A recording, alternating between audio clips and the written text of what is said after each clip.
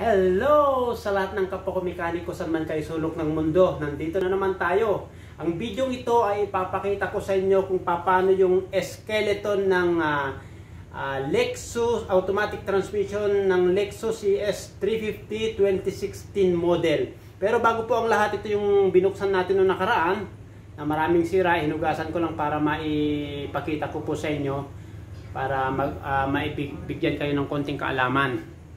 Papakita ko po sa inyo. Ito yung ano niya, ito yung gearbox housing. Yun naman yung bell housing. Yan yung back housing.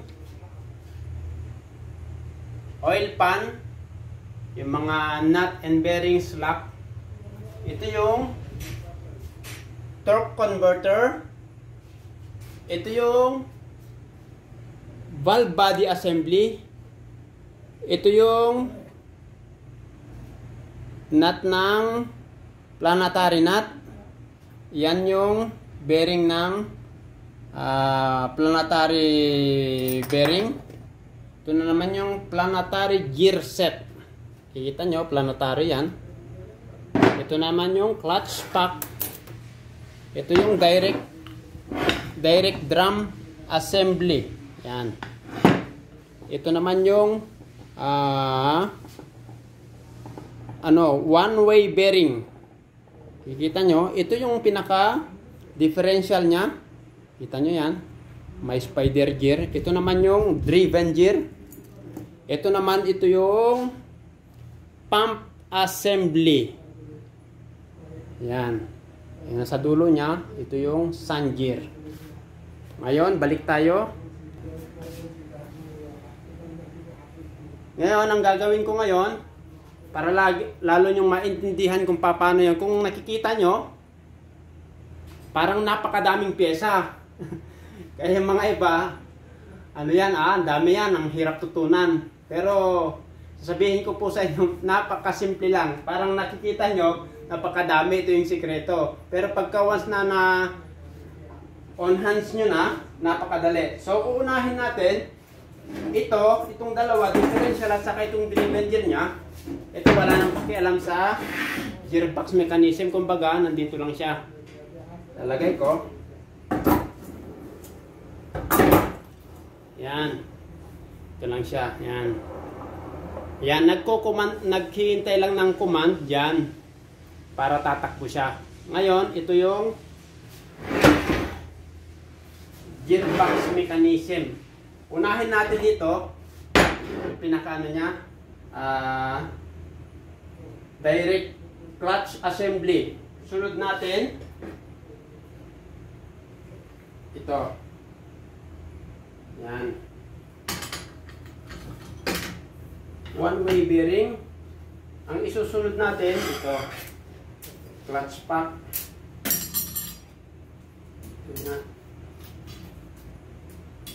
Tingnan nyo guys, pagka once na napagsunod-sunod natin, kakaunti na lang. Yan, pagka naglagay kayo ng ng clutch, kailangan salitan, clutch plate. Yan. Ang kasunod nito, ito na siya.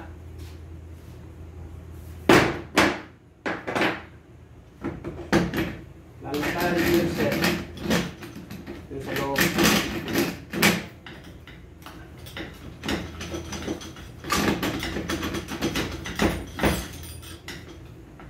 Kailangan inuna ko pala. Sandali lang. Ilagay ko muna. Kasi mahirap. Yan. Yan. Ito yung planetary gear set. Yan. Tapos ilagay ko ulit ito. Clutch plate.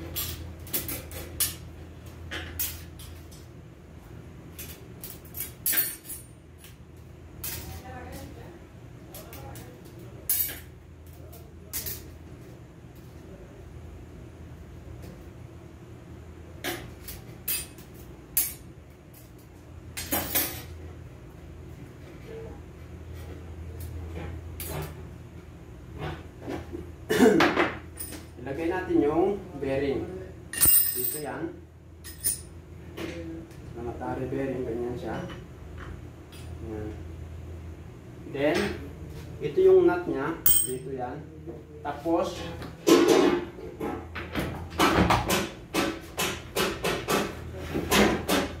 yan, kung nakikita nyo, ito lang po yung laman ng ES350 transmission.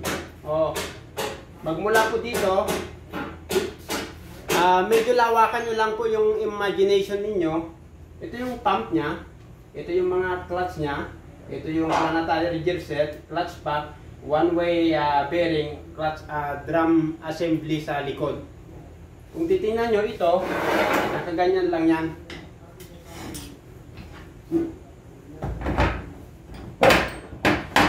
Ganyan siya.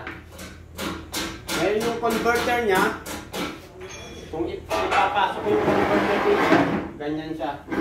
Nakalagay dito. Yan. Kung i-imagine niyo, ganito na siya.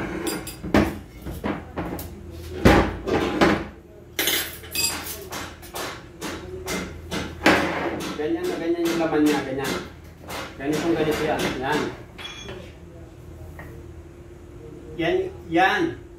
Ito yung converter, ito yung pump, ito yung mga ano niya, clutch pack, ito yung planetary gear set, yung valve body, nagaganyan naman siya. Yan. Nagaganyan siya. Yan po yung loob ng ano, ng gearbox, mechanism, lahat-lahat na yan. So ngayon, kaya nga tatlo lamang yung ano, yung pinaka-importante sa isang transmission. Itong ano, ito yung torque converter, ito yung gearbox sa internal parts, tapos ito yon yung valve body. Ito lang yan. Ngayon bibigyan ko kayo ng ano, ng konting troubleshooting. Uunahin natin itong converter. Ano yung mga ibinibigay niya na problema itong converter? Ito po yung may personal encounter po. Maaaring yung maiba, hindi ko pa na-encounter, pero ito yung personal na encounter ko habang ako'y gumagawa ng automatic transmission. Number 1 ito, pagkasira ang torque converter,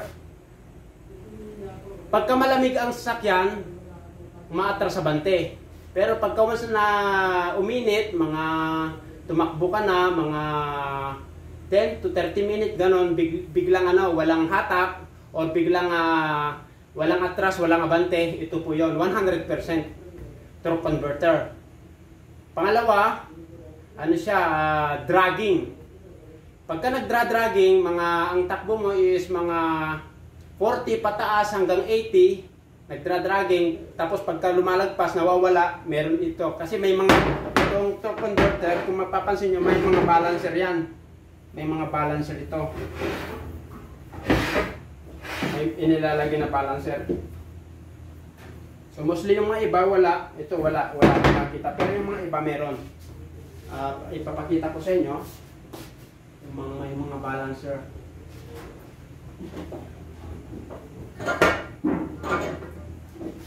Ito yun, sumilong pa ako. Ito siya. Yan. Parang binabalance, may balancer para walang dragging. Yan. Yun yan.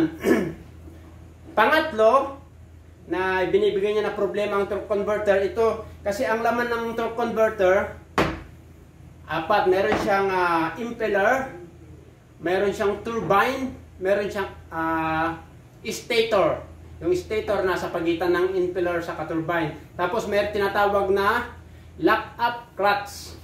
Yung tinatawag na torque converter clutch. So pagka once na nag-lock up na kayo, umabot na kayo, for example 110 ang takbo, tapos ikinokod nyo dun sa may ano, okay naman ang takbo nyo, normal lahat, pero ang pagka-chinik nyo sa computer, meron siyang ibinibigay na torque converter clutch malfunction. Ano ibig sabihin? Ano siya, yung torque converter clutch niya dun sa loob, ano siya, manipis na or sira. So ito yung problema nito. So tatlo lang po yon. Yan, pagka once na ano. Ngayon, pagka Yung mga overheating naman ng converter, hindi na po kasalanan ng converter yon, kasalanan po ng pump yun kasi kulang sa langis. Yun yun, pagka kulang sa langis, kulang ang deliver papunta dito sa torque converter, ano yung kaya overheating, nagbabago yung kulay, nagiging brown or black. Yan, overheating. So yun po yung ano yan, tatandahan niyo po yun. Yan ang mga laging sakit ng torque converter. Ngayon punta naman tayo sa pump. Ito yung pump.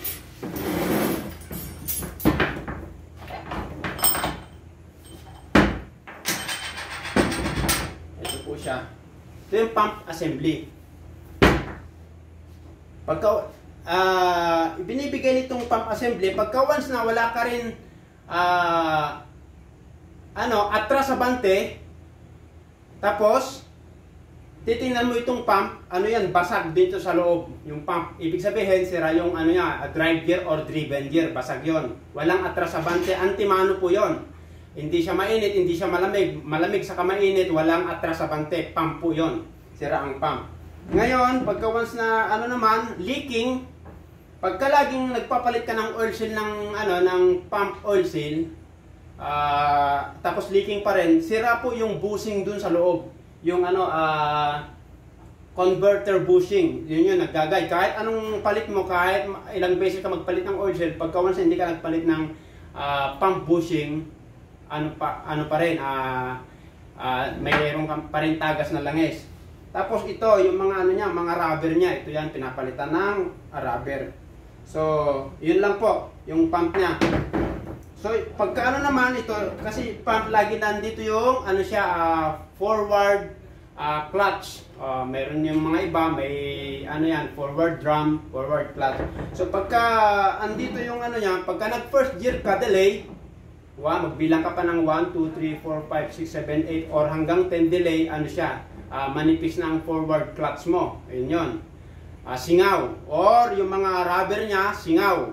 Ayun, delay yun. Pagka tinitinan mo, kasi ang kadalasan yan, 3 seconds lang, kailangan kagad, kapit agad. 1, 2, 3, kapit agad yun. Bante agad, yun yun. Ito yun. Pangalawang natin, ito yung mga planetary gear set.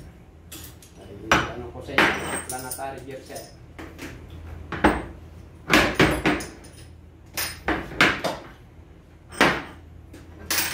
Ito yung planetary gear set. Ito. Pagka once na may bungi-bungi ito, maingay. Pagka once na tumakbo kayo sa highway, talagang ramdam mo yung yung ugong. Maingay talaga, masakit sa akala mo lang wheel bearing sa mga sa mga plunger sa sasakyan, pero kung minsan dito. Kung nakikita nyo ito, yung bungi-bungi yan. Yan, bungi-bungi. Madalas yan. Pagka may maingay, yan. Titingnan nyo yung oil pan, pagka binaba nyo, maraming rebaba, overhaul na po yon. Hindi man overhaul pa po ng transmission. Ito yun. Pagka once na may mga mga bungi-bungi or sira yung mga yung mga yung mga spacer niya, bronze spacer, maingay po to. Ito yan, planetary gear set.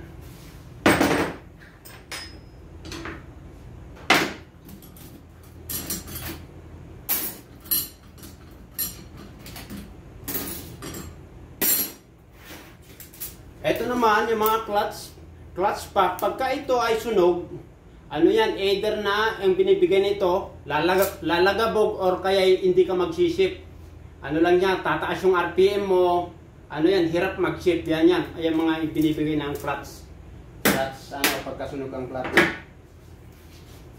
Ito naman, one-way bearing. Pagka ganyan mo, umikot, pero pagka ganyan mo, madalas ito po yung ginagamit para mag-reverse yung sasakyan. Binabago niya yung, yung ikot ng planetary gear set. So, pagka once na may atras sa bante, ay atras ka, walang drive, or may drive ka, walang atras, kung minsan, sira po yung niyan, reverse, or forward clutch, or ito po, yung one-way bearing.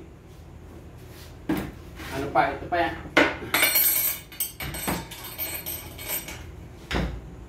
Ito naman yung tinatawag na, direct clutch assembly. So ano po yung ano nito, gamit nito ay ano yan, direct, ginagamit din sa reverse, ginagamit din sa third gear. Kaya nga direct, third gear or ano yan, fourth gear. Ito po yon. So paano po mag-check ng pressure? Makikita nyo ito, dito nakakapit to. Ito yung back housing ng transmission natin. May ano yan, may mga kuwan yan, o-ring, yung mga iba o-ring, mga iba yung chamber ang tawag yan, tapos mayroon siyang ano yan, bearing. Pakita kasi ano, i-check natin yung pressure.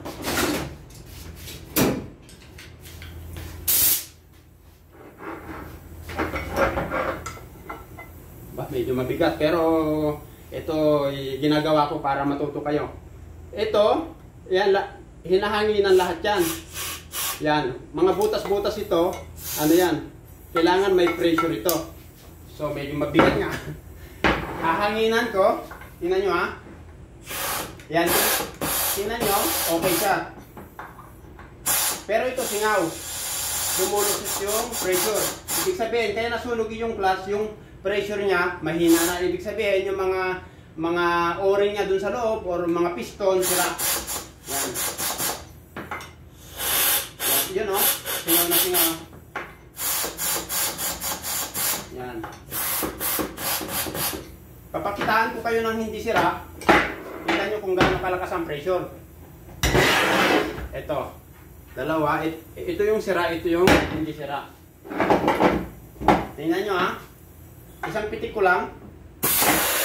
Tingnan nyo, umaangat. Talagang ano niya. Kumbaga, inaangat niya. Tingnan nyo ha. So, kailangan, umaangat talaga. Ganun kalakas yung pressure. So, ano yan. Direct, ito yan, nagiging problema nito. Magre-reverse kayo, malakas yung lagabog. Kung pupunta kayo ng third gear naman, ano siya, abnormal shifting. Ito po yun. Buo yan.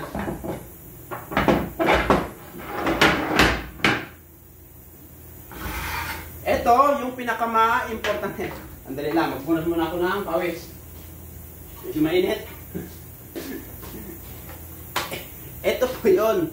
Ito yung pinaka-importante sa lahat. Valve body.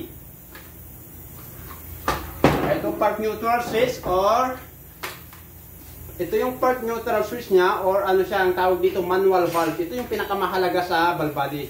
Ito yung manual valve. Ito yung nagko-command. For example, nakaganon ka, nakasagad ka ng ganyan, parking. Ngayon, pagka once na umangat ka konti ng ganyan, nagpunta ka ng reverse, ibig sabihin, yung daluyan ng langis, papunta ng reverse, ano yun, dire-diretso po yun, na ino-open niya. Nagko-command lang yung mga shift solenoid. So, pagka nag-neutral ka, ito po yun, hanggang drive, 3, 2, 1. Yung ano yan, yung manual shifting. So, ito po yun. Ito yung nagko-command. So, sa loob ng ano, sa valve body naman, yung mga encounter na problema ito. For example, kasi nandito lahat yung ano nandito yung ano yan, output speed sensor, input speed sensor, meron pa. Ito yung transmission fluid temperature, ito yung filter sa control solenoid, tapos shift solenoid. Ano yan? Ito yung pinaka-utak ng ano sa loob ng transmission. Pagka once na ang shifting nyo is lumalagabog, ibig sabihin, then kailangan i-check nyo sa computer baka may code. Pagka may code na isang shift solenoid, kailangan papalitan, hanapin nyo. Ngayon kung wala namang code tapos lumalagabog pa rin, either na dito or sa clutch. Maaring yung clutch nyo sunog, maaring yung valve body nyo, yung mga valve nya hindi gumagana. Yun yun. So, paano po yung ano niya? Yung ganito siya, nakasetting siya ng ganito.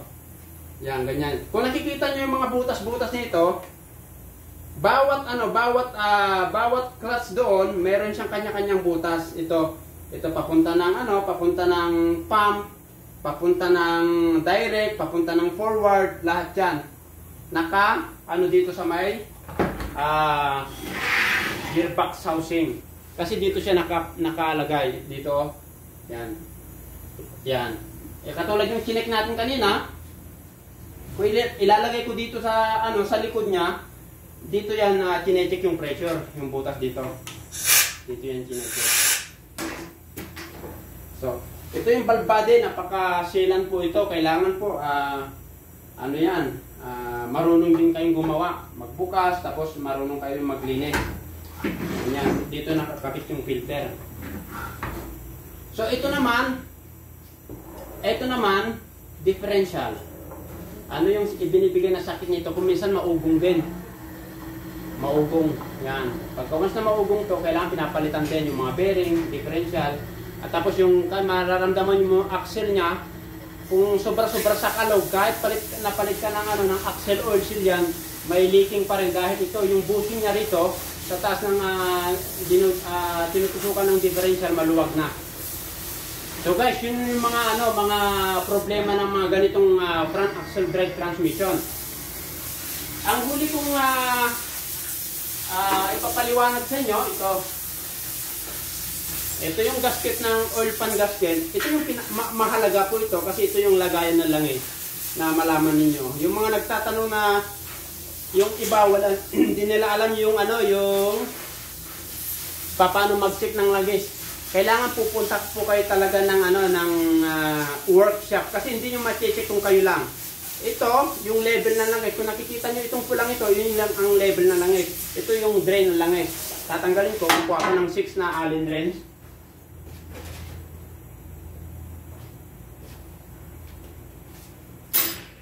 Ito siya. Tapos ito yung may mga magnet siya. Tatanggalin ko ngayon yung ito yan. Pagka nag-drain kayo ng langis, ito siya. Drain plug to. Ngayon, pagka once na nagsusukat kayo ng level ng langis, yan yung pula. Yan, tatanggalin ko Tanggalin ko. Kaya napakalaga po ito na pagka once na nag-filter gel kayo, kailangan tingnan nyo kung mayroon ito. Kasi pagka once na wala ito, hindi nyo masusukat yung tamang sukat ng langis. Tingnan nyo to. Yan. Kasi pagka once na wala yan, pagka ito lang ang pinagbabasehan nyo, ito yung bakal ng ng oil pan niya, kulang sa langis to. Alam nyo ang yan, 2 litro pa yan ang kulang. Ngayon, ang nagiging problema pagka kulang sa langis ang transmission, overheating. Madaling masira ang mga clutch. Yung torque converter natin, overheat. Tapos itong madaling masira yung pati itong valve body, walang supply ng langis. Pagka tumatakbo kayo, kinakapos. Kung minsan yung RPM mo taas baba. Kasi kulang nga sa langis, kasi ang bumubuo lahat dito sa loob ng transmission po ay yung langis po yung importante. For example, katulad yung gripo nyo, pagka once na kulang sa tubig na dumadaloy, kung meron minsan hinahangin. Ganon din po ito. Kailangan solid po yung automatic transmission oil po natin. Tamang level, at saka tama po yung inilagay natin ng langis ng transmission. For example, Toyota, gagamit tayo ng Toyota langis. Kung American car. So, ito yung pinaka-importante. So, nagkaroon kayo ng kalaman. Pagka once na kayo, nailagay nyo na ito, yung oil pan, ilalagay nyo ito ngayon, bago nyo lagyan ng langis. Yan. Yan. Nakikita nyo? Sagad nyo lang. Hindi yan mapupunta dun sa loob niya. Yan, kasagad na ganyan. Tapos pagka nilagyan nyo ng langis, hanggang may tumulo, naka-start ang car, naka-parking ang shifting. Yan. Then hanggang walang tumutulo ng langis, lagyan nyo ng lagyan. Pagka once na may tumulo na, yun na yun. Pagka may tumulo na, hintayin nyo hihinto yung tulo, saka nyo ilagay itong drain plug bolt. Yan po. At alam ko po, may natutunan kayo. At mabuhay tayong lahat. Patuloy lang kayong mag-subscribe sa aking channel. At lagi kayong ipindot nyo ang notification bell para lagi kayong updated sa mga susunod kong video. Alam ko po may natutunan kayo.